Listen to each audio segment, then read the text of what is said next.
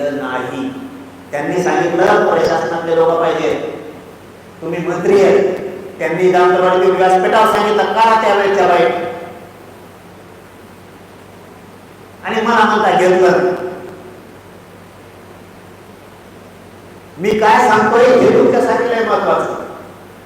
मग शंभूराजे पुन्हा गेले 2 महिन्याचा फरकानं, सचिव सोबत घेऊन गेले. इकडच्या मुख्यमंत्र्यांनी तिकडच्या मुख्यमंत्र्यांना फोन लावला आणि सांगितलं तुमचे मुख्य सचिव आमचे मुख्य सचिव आम्ही पाठवतोय, अटेस्टेड करून पाहिजे आम्हाला त्या हैदराबाद संस्थांच्या मराठवाड्या गॅजेटच्या असणाऱ्या नोंदी.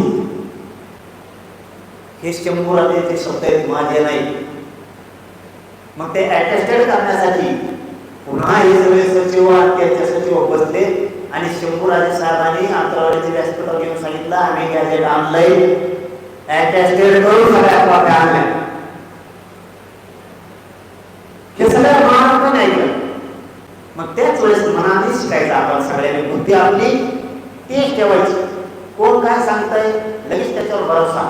माझ्या मराठ्याने ठेवला नाही तो भागेला, कारण मराठ्यानं नाही दोघांनी चूक नाही केली. आणि मी एकही पाहू तुमचे मान खाली होईल असं आतापर्यंत उच्चारलं नाही, उच्चारणार सुद्धा. आता ते गॅजेट पुढचं सांगतोय, आता ते गॅजेट शंभूराजे साहेबांनी देसाई साहेबांनी ते येऊन सांगितलं आम्ही अटेस्टेड करून आणलंय, त्याच्याला अभ्यास सुरू आहे. पण योगायोगानं तुमच्याही कानावरची गोष्ट पडली म्हणून सांगतो, 30 एप्रिलला 58 लाख नोंदीचा अहवाल शिंदे समितीने सरकारला दिला. त्या दिवशी सांगितलं की गजानन कोकणे सलून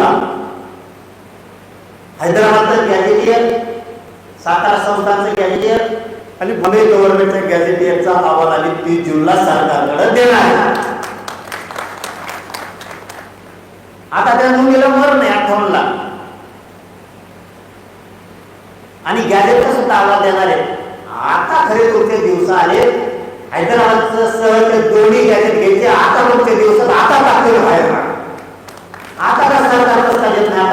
आता म्हणा तुम्ही ते देत होते नाही घेतलं नाही, आता म्हणा मग ठीक आहे. तुम्ही म्हणा देत होते घेतलं नाही, आता म्हणा आता शोभल तुम्हाला. यावेळेस गॅजेट 100% घेतल्याशिवाय मागं फिरायचं नाही म्हणजे नाही. जी किंमत मोजायची वेळ ती मोजायची आपली समाजासाठी तयारी. नशिबानं मराठ्यांच्या बाजूनं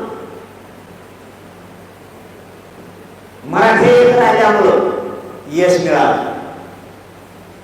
हे जे 70 वर्षात झालं नाही ना, एकजूट कशी असती ते उभ्या महाराष्ट्राला बघितलं.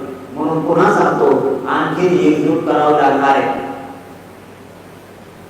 आपल्याला थांबून चालणार नाही, आणखी एकजूट करावं लागणार. आणि तिसरा मुद्दा सांगतो, पहिला सांगितला सगळ्या सोयीचा अंमलबजावणीचा, दुसरा सांगितला हैदराबाद गॅजेटसह 2 त्या 3 गॅजेटचं, आणि तिसरा मुद्दा ज्या वेळेस गिरीश महाजन साहेब अंतरावले आले होते त्यावेळेस त्यांना आपण सांगितलं होतं मराठा आणि कुणबी एकच आहे, तो GR काढलेला आम्हाला पाहिजे. ज्याला घ्यायचं ते घेईल, ज्याला नाही घ्यायचं ते घेणार नाही, पण अध्यादेश मराठा आणि कुणबी एक असल्याला पाहिजे. त्यावेळेस गिरीश महाजन साहेबांनी सांगितलं होतं, कारण तुम्हाला मला जुनी आठवण करून देणं खूप गरजेचं आहे. कारण लेकरं 7 करोड मराठीच्या मोठ्या वळणात लक्षात ठेवा, म्हणून जुन्या आठवणी तुम्हाला करून देणं गरजेचं आहे. त्यावेळेस गिरीश महाजन साहेबांनी सांगितलं होतं कुठलाही कायदा जर पारित करायचा असला आणि तुमच्या मान्याप्रमाणे जर आम्हाला अध्यादेश काढायचा असला तर कायदा पारित करायला आधार लागतो. आता शिंदे समितीने 30 एप्रिलला 58 लाख नोंदीचा अहवाल सरकारकडे दिलाय. आता मराठा आणि कुणबी एक किंवा GR काढल्याशिवाय सुद्धा मराठ्यांनी मुंबई सोडायची नाही. 3 गोष्टी क्लिअर कट मग हटायचं काम नाही. आणि आपल्या पोराचं लय म्हणणं होतं आठ जातो मागे आलो, 8 जातो मागे आलो, चला पुराच घुस. आता काय करतो मला, आता घुस पुरा 8 जातो आलो ना, आता सगळंच आता काय करतो